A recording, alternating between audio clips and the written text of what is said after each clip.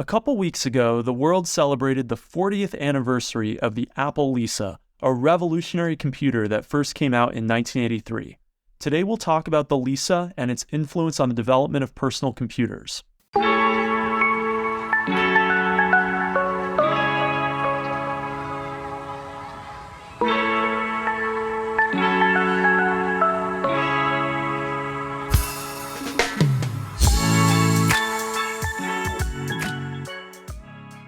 Welcome to Kopec Explains Software, the podcast where we make computing intelligible. The development of the Apple Lisa started in 1978. Now, this is amazing because Apple was only founded in 1976. So, personal computer revolution we've talked about on some prior episodes that I'm going to link to in the show notes, but the development of the Lisa was started at a very early phase in the development of the personal computer industry. And when was it released? It was released in 1983, so it had a 5-year development cycle, and in that time, what they were going for changed radically. A lot of that came from the connection between Apple and Xerox. Xerox had a revolutionary research laboratory in California called Xerox PARC. At Xerox PARC, they were developing some of the technologies that would be foundational to modern personal computers. Things like Ethernet networking, the graphical user interface, and object-oriented programming. All of those originated at Xerox PARC, and Apple got a sneak peek through a special relationship that allowed Xerox to invest in an early Apple, and Apple to have access and cross-licensing to some of Xerox's early technologies. In fact, several researchers at Xerox PARC would end up leaving Xerox to come join Apple. Folks like Larry Tesler, who, if you go look up, are some of the most influential people in that era of computing. One of the things that you touched on just now was the user interface. Let's talk a little bit about that in the Lisa. Yeah, that was one of the most revolutionary parts of the Apple Lisa. The GUI had been developed at Xerox PARC, but it was really refined in the Lisa. The Lisa was the first personal computer that most average users of macOS or Windows would really recognize as an ancestor of the machines that they use today. In fact, about a third of the Apple Lisa's source code was used on the original Macintosh.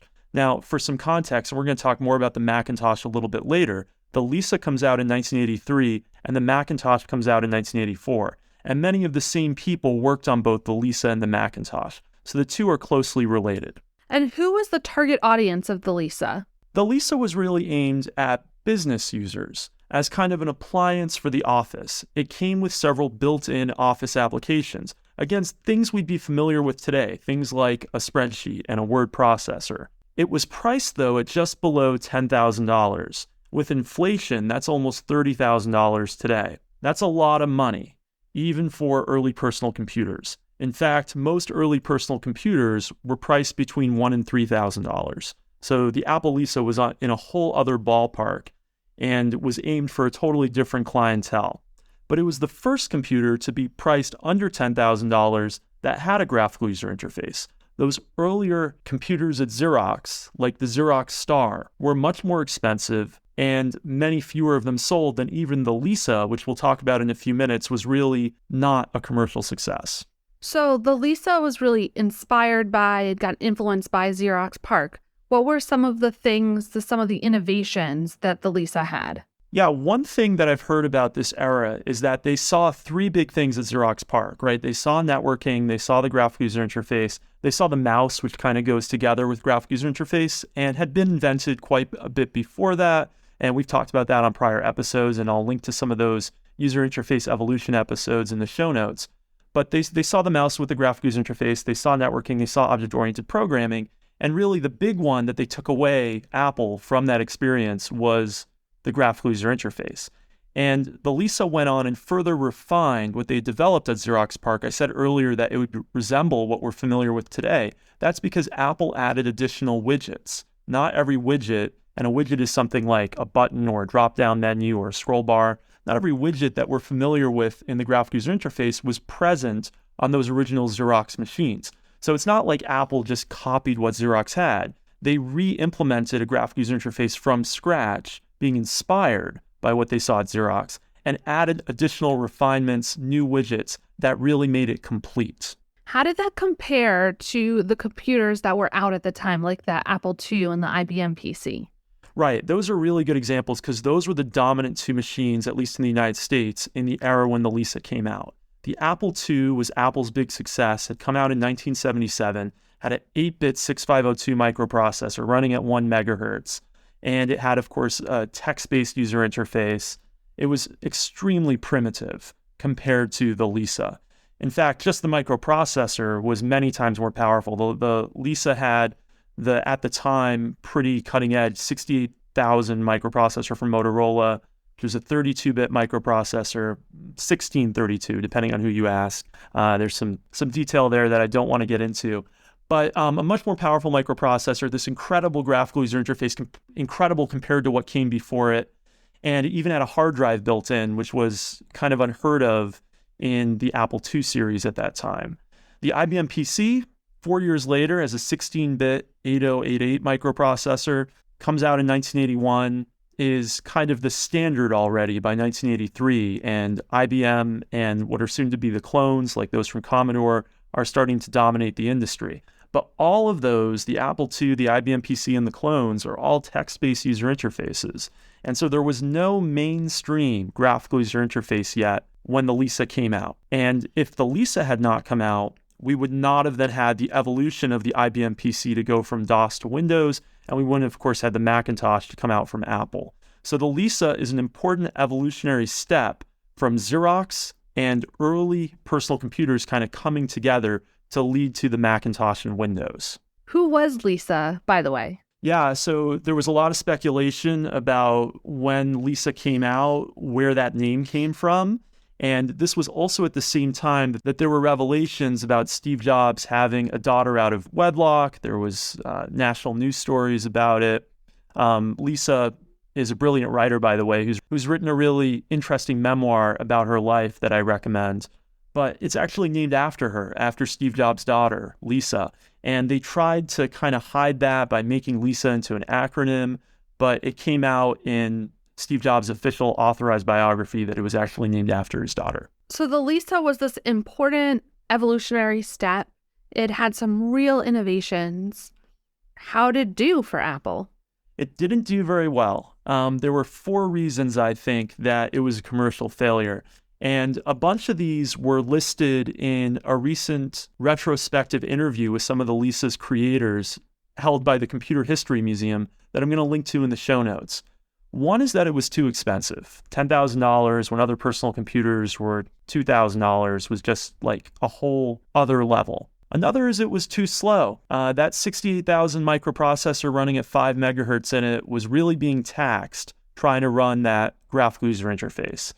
And the software was sluggish. Some of the software was implemented using object-oriented techniques that might have been a little bit ahead of their time for the hardware that was available then. The floppy disks, which were in the first versions of the Lisa, specialized floppy disks invented by Apple, were unreliable. And floppy disks were really the mainstay of storage at the time. And so you can't have unreliable floppy disks, so that's your only way to really transfer things from one machine to another. Another thing was the software ecosystem was quite limited. This was really something very new. Apple didn't make it super friendly for developers to develop apps for it. And it wasn't compatible with any of the other computing systems at the time. So you don't have a lot of software, it's super expensive, it's slow, it's unreliable floppy disks. Even if it's revolutionary, it's not going to do well. And it just didn't for all those reasons. What did do well for Apple was the Macintosh, which the Lisa was this important ancestor to. Let's compare the Macintosh and the Lisa. Yeah, they had a lot in common. In fact, if you wanted to develop software for the early Macintosh, you actually needed a Lisa. So the Lisa was the development platform for the Macintosh at first. And the Macintosh was based on the graphical user interface of the Lisa. It wasn't the exact same code, but in this retrospective that I'm linking to in the show notes, they say it was about a third of the same code, was literally straight from the Lisa, including a lot of the graphics primitives and a lot of the widgets. And a lot of the same people worked on it. That's right. And so there was a smaller team working on the Mac that had worked on the Lisa, but over time, more and more of the people who had worked on the Lisa kind of gravitated over to the Mac team. In fact, Steve Jobs himself had originally been on the Lisa team, and then he kind of took over the Mac team and let's make it more like a low-cost Lisa. That was kind of the vision there, a more accessible Lisa that was aimed not just as business users, but also could be used by home users. The Mac was a lot cheaper, though. The Mac didn't have a hard drive, it had a lot less memory, and it was therefore able to be sold for a quarter of the price. It came out at $2,500 compared to $10,000. A huge difference. Probably one of the main reasons that was so much more successful. But it's fair to say the Lisa, even though it came out a year before, was actually a more advanced machine, technology-wise, than the Macintosh. For example, it had a more advanced operating system. That operating system had protected memory, a feature that wouldn't come to the Mac until 17 years later with Mac OS X in 2001. It had object-oriented programming environment. There wouldn't be object-oriented frameworks for building Mac apps until several years after the Mac came out, but the Lisa had that. So the Lisa was actually ahead of the Mac. The Lisa was actually this technological showpiece that the Mac was kind of like a watered-down version of, but a more airtight version, and a version that was more ready for mainstream usage. Now, looking back at the Lisa, we can see that it was just this really important step in this personal computing revolution. Yeah, it's a critical link between the early innovations at Xerox PARC, the early innovations in the personal computer industry, and the line of personal computers and operating systems that have led to today. And what I mean by that is the IBM PC leading to Windows would probably not have happened in quite the same way with quite the same set of widgets if the Lisa had not come out in 1983. And of course, the Macintosh would not exist if the Lisa had not come out. And we're still here with Windows and Mac OS almost 40 years later. So the Lisa, of course, might have been inevitable. Something like it probably would have come out after those ideas had already been invented at Xerox PARC at some point in the 1980s. But if Apple hadn't taken the baton and done the Lisa as early as they did, I think it probably would have been a few years later. And it just inspired a lot of what came after it. And I don't want to give it short due in terms of its own innovations. A lot of the metaphors used on it are still the same desktop metaphors that we use today, and they were beyond the metaphors that existed at Xerox. So it wasn't just this clone of, Apple saw what happened at Xerox and they just copied it. Sure, they copied the idea of the graphical user interface, and then they evolved it quite a bit. All right, thanks for listening to us this week. Rebecca, how can people get in touch with us on Twitter? We're at Kopec Explains, KOPEC EXPLAINS. Thanks for listening, and we'll see you in 2 weeks. Bye.